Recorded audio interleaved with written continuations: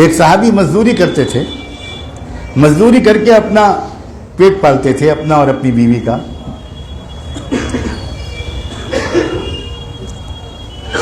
ایک معمول تھا ان کا سنت کے مطابق کہ جب صبح کو وہ مزدوری کی تلاش میں، کام کی تلاش میں نکلتے تھے گھر سے، تو وہ بیوی ان کی سنت کے مطابق دروازے تک ان کو چھوڑنے کے لیے آتی تھی۔ یہ بھی سنت ہے، اور یہ بھی سنت ہے کہ بیوی دروازے تک آئے اور مسکراتے ہوئے اپنے شوہر کو یا بیٹے کو یا بھائی کو رخصت کرے، اور ایک دعائیہ کلمہ اللہ کے رسول نے سکھایا تھا۔ سب مائیں، سب بیویاں، سب بہنیں، سب بیٹیاں اپنے گھر کے مردوں کو کام کے لیے باہر نکلتے وقت وہ دعا ضرور دیتی تھی، اور وہ دعا ہوتی تھی فی امان اللہ، بس اتنی کہ جائیں اب اللہ کے حوالے، اللہ آپ کو اپنی امان میں رکھے، حفاظت کے ساتھ واپس لائے۔ یہی دعا دے کر انہوں نے رخصت کیا اور وہ چلے گئے۔ دن بھر وہ کام کی تلاش کرتے رہے، لیکن کام نہیں ملا۔ کبھی کبھی ایسا ہوتا ہے مزدور کو مزدوری کا کام نہیں ملتا، شام کو خالی ہاتھ واپس آنا پڑا۔ گھر آئے تو آ کر کہا کہ بھئی کچھ کھلاؤ، بہت بھوک لگی ہے، میں تو کچھ بھی نہیں کما پایا، آج کوئی کام ہی نہیں ملا، خالی ہاتھ آیا ہوں۔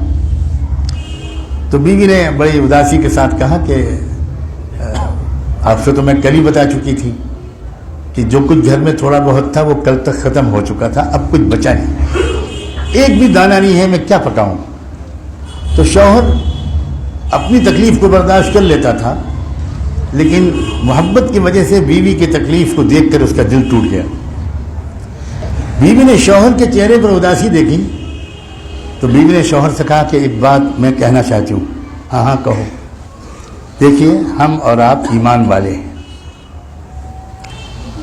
آج ایسا لگتا ہے آج کے دن اللہ کی مرضی یہی ہے کہ ہم لوگ بھوکے سوئیں، اور اللہ کی مرضی پر راضی رہنا اسی کا نام تو ایمان ہے۔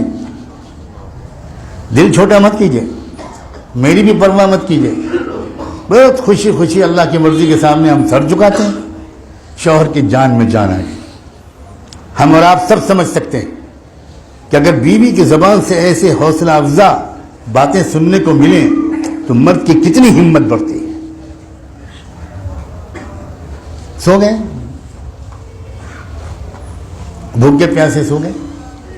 اگلی صبح کو پھر وہ کام کے لیے نکلے، پھر دروازے تک آ کر رخصت کیا سنت کے مطابق، پھر دن بھر کام تلاش کیا، اللہ کی مرضی کی دوسرے دن بھی کام نہیں ملا، پھر شام کو خالی ہاتھ واپس آئے، پھر کل والی باتیں ہوئیں، پھر شوہر کو بہت تکلیف ہوئی، شرمندگی ہوئی کہ میں کچھ کر نہیں پا رہا ہوں، میں تو مرد ہوں، یہ بیچاری میری وجہ سے کس قدر پریشان ہے۔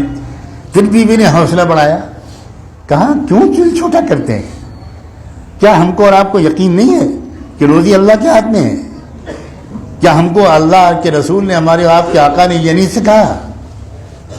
میں بھی بالکل ہمت سے کام لیتی ہوں، آپ بھی ہمت سے کام لیں، کوئی شکوہ شکایت نہیں۔ اللہ جس میں اللہ تو فیصلہ کرتا ہے اس میں خیر ہوتا ہے۔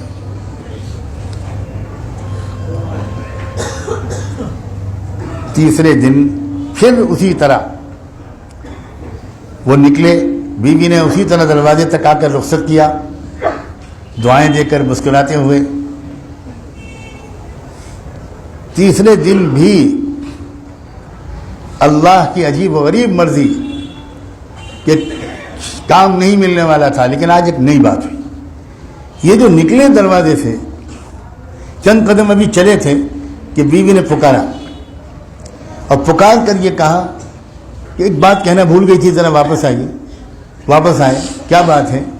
بیوی نے کہا کہ اصل میں آپ سے کہنا ہی چاہتی تھی کہ 2 دن 2 راتیں تو ہو گئے، آج تیسرا دن ہے، خدا نہ خواستہ اللہ نہ کرے آج بھی اگر آپ کو کوئی کام نہ ملے تو میرے خیال سے کوئی حرام لقمہ لے کر مت آئیے گا،